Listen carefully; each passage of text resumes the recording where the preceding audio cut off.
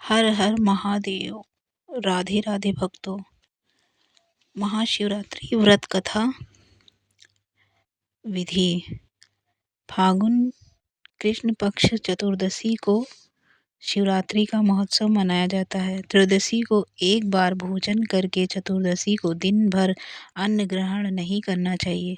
काले तिलों से स्नान करके रात्रि में विधि पूर्वक शिव पूजन करना चाहिए।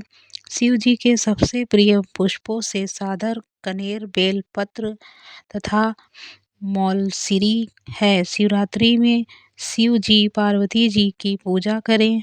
रोली मोली चावल, पान, सुपारी, लौंग, इलायची, चंदन, दूध, दही, चीनी, शहद, फल फूल, कमल गट्टा, धतूरा, बेलपत्र, प्रसाद, दक्षिणा चढ़ाकर धूप दीप जलाकर रात को जागरण करें।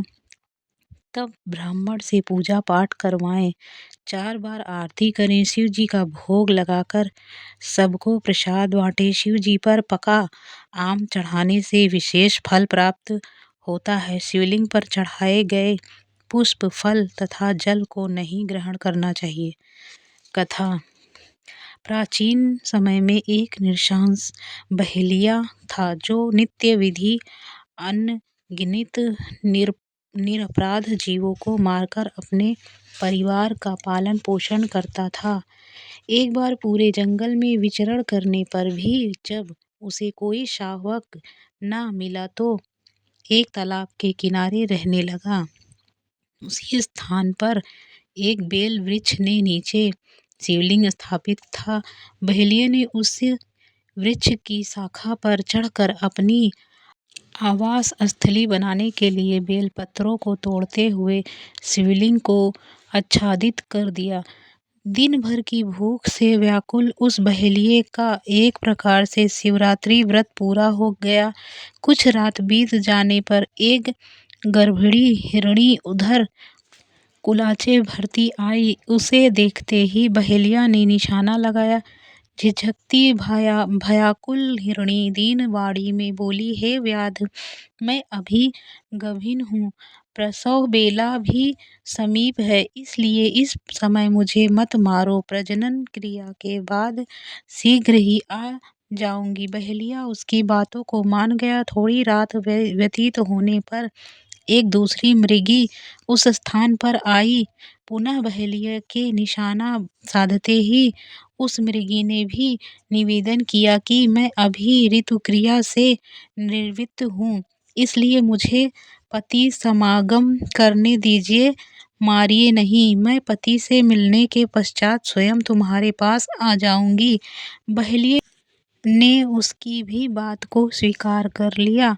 रात्रि की तृतीय बेला में एक तीसरी हिरणी छोटे छोटे छौनों को लिए उसी जलाशय में पानी पीने आई। बहेलिये ने उसको भी देखकर धनुष बाण उठा लिया तो वह हिरणी कतार स्वर में बोली, हे व्याध, मैं इन छौनों को हिरण के संरक्षण में कर आऊं तो तुम मुझे मार डालना।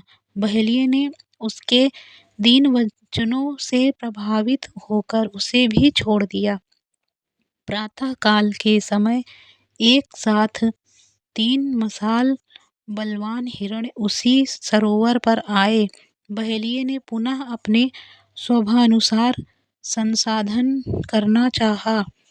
यह क्रिया देखते ही एक हिरण व्याध में प्रार्थना करने लगा, हे व्याध राज, मुझसे पूर्व आने वाली 3 हिरणियों को यदि तुमने मारा है तो मुझे भी मारिए। अनंत जब मैं तुम्हारे द्वारा छोड़ दी गई हैं तो मुझे पर भी तुम्हें तरस खाना चाहिए। मैं ही उनका संहचर हूँ।